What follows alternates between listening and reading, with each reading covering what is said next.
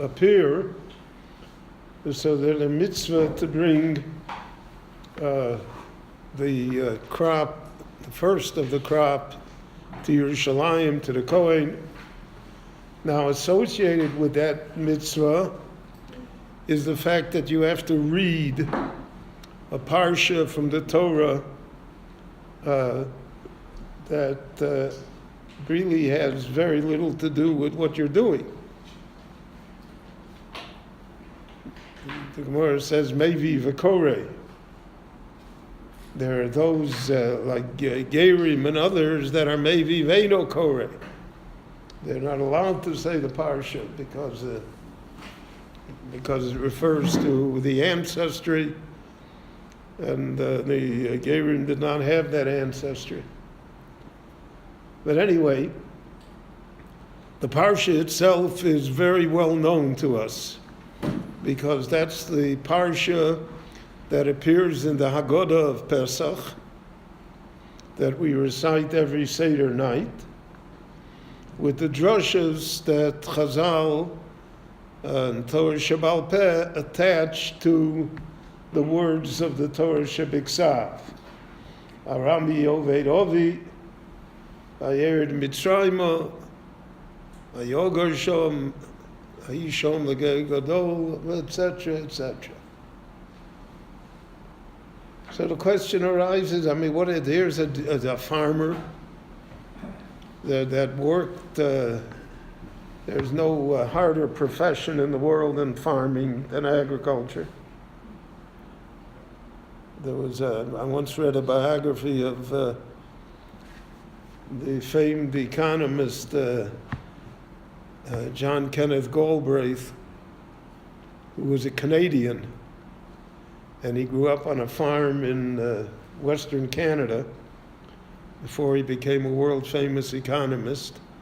So he said that when he went to college, he went to an agricultural and mining college. In the United States, it was called A&M, then those colleges. So he noticed that no sons of farmers took any courses to become a farmer. No one wanted to go into agriculture. It was the city people who had a romantic idea of what it was involved. They were the ones that wanted to be farmers. But if you grew up as a farmer, a family of farmers, you were less interested in it, because it's a very, very exhausting way of life. The hours, and you're dependent upon nature and all sorts of things. Today it's perhaps less so because we have industrialized farming, factory farming, but it's still a chancy business. And it's not greatly profitable. So here is this Jewish farmer who has worked for months to raise a crop, and he brings the Bikurim to the Beit HaMikdash. So we would think that his prayers would be, thank you for giving me rain, thank you for providing the sunshine, thank you for preventing plagues to destroy the crop. And instead, he's given us a whole history lesson of the Jewish people. Arami Oved Ovi, however we interpret it, whether the Ovi there is Avraham or Yaakov. But anyway, it begins way before him. And then we went to Egypt. What has going to Egypt got anything to do with my farm? Vayanunu, and they oppressed us. Vayinu aleinu avoda kosher. So somehow this juxtaposition of the parshas of the Torah doesn't seem quite to fit, because we are acknowledging things, history, that the person, the farmer, will not feel that it's relevant to him. So on that exact point, the Meforshim point out the Ramban discusses it, they all discuss it, is that when a person accomplishes something, especially in Eretz Yisrael, ki savo al haaretz, which is in itself a great blessing. So he comes to Eretz Yisrael, and he is privileged somehow to raise the crops here. And the crops have a kedusha to it, because everything that grows in Eretz Yisrael has mitzvahs that are attached to it. It's not just grapes and wheat. It's something which doesn't exist anywhere else in the world. Mitzvahs hakluyos b'oretz.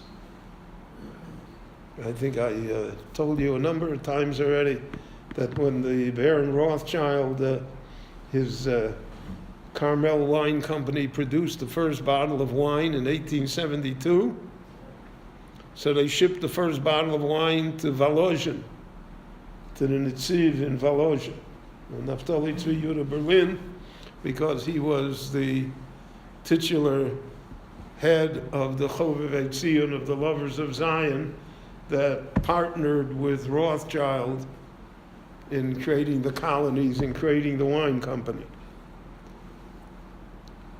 So his nephew, the Torah Tmima, writes that when the bottle of wine arrived in Volozhin to the house of the Netziv did not have a wine cellar. And in fact, in Lita, they had practically no one ever saw wine. The wine that was used in Lithuania basically was raisin wine. And it was homemade raisin wine that was fermented, because Lithuania is not famous for grapes. Among the other things it's not famous for. And so the bottle of wine came, so he said his uncle, the Netziv, went into his bedroom and he changed his clothing and he put on his Bigdei Shabbat. He put on his Sabbath clothing in honor of a bottle of wine that was manufactured by Jews in Eretz Yisrael, that had all of the mitzvahs hatluyos b'oretz performed upon it. So that's worthy of greeting it royally. And I've often thought about that we somehow denigrate Eretz Yisrael. Eretz Yisrael has the finest wines in the world. But we like wines from Chile and from Napa Valley and from Altla. You know, Abinit Eretz Yisrael. And that's not, it's a poor understanding of Voyoki Savo El Oretz, right? What the Rebbeinu Shalom has created for us. So anyway, we want that farmer should know that it did not begin with him. The story of the Jewish people does not begin with his farm.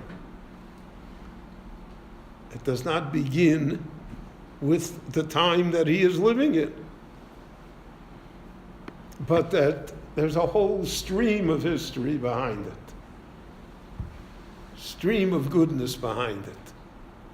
And that you can't really appreciate the crop that he has grown and what he has accomplished by bringing this basket to Yerushalayim unless you see it in the context of the whole story. So Arami Oved Ovi, when Yaakov or Avram were the only ones in Eretz Yisrael, V'Kanani Oz B'Oretz. And so whoever thought that you would bring a basket of fruit to Yerushalayim, to the Beis HaMikdash, to the Kohen. And when we were slaves in Egypt, So whoever thought that we would not be slaves? We were slaves for centuries. So anything that goes on for centuries, people feel, will go on forever. It's never going to change.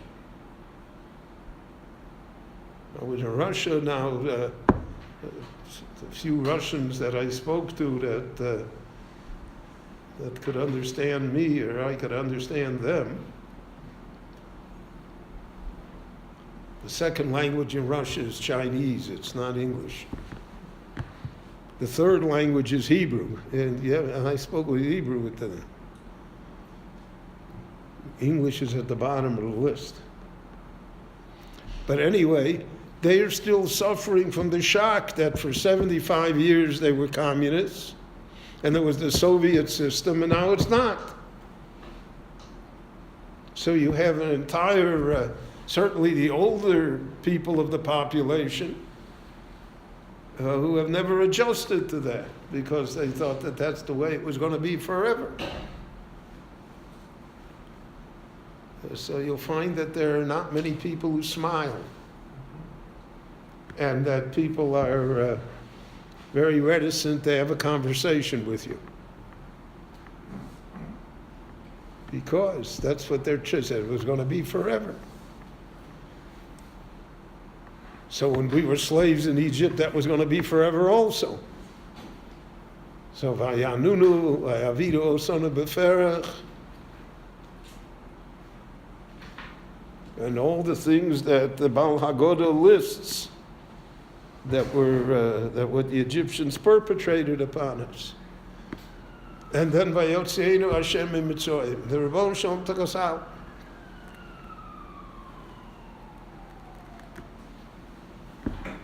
And gave us a series of miracles, and gave us the Torah, and made us a chosen nation.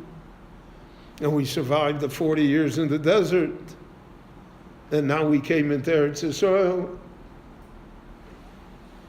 So therefore, v'ata, now, when I understand all of that, Hevesi, I'm able to bring my offering, the produce that I worked on and that I was able to harvest from the fields, because I have a different appreciation of it. I have an appreciation that it's part of a story. But if you look at it as an individual thing, so an individual thing does not resonate. And that's something that you get, if it's only an individual accomplishment, that doesn't translate to generations. Our children are not interested as to how, my individual success occurred, because that's got nothing to do with them. But if we put ourselves in this historical picture, in the perspective of what happened to the Jewish people, and that I'm part of it, and now I'm the one that's bringing it here. This is Eretz Zovas Cholav V'Dvosh, blessed land that the Rebbeinu Shalom promised to our forefathers, and He's given it to us. So then what I do has this different influence. It resonates, becomes a mitzvah. So I heard from a great Rav here in Israel that the Jewish people have come back now, thank God, to Eretz Yisrael, so that we're Mevi. We came, but not everyone is Koreh. And not everyone is able to put it into the perspective. He's not able to read the Parsha. And if you're unable to read the Parsha, so that is only half the story. It's like Iker HaTirutz Chosar Min HaSefer. The main part of the story is missing from the book. So we should think of that in all respects in our life here in Eretz Yisrael, to realize it didn't begin with us. We're not the beginning and we're not the end. We're part of the process. And that's the idea of Mevi V'Korei, And that's the mitzvah of Bikurim that the parasha teaches us.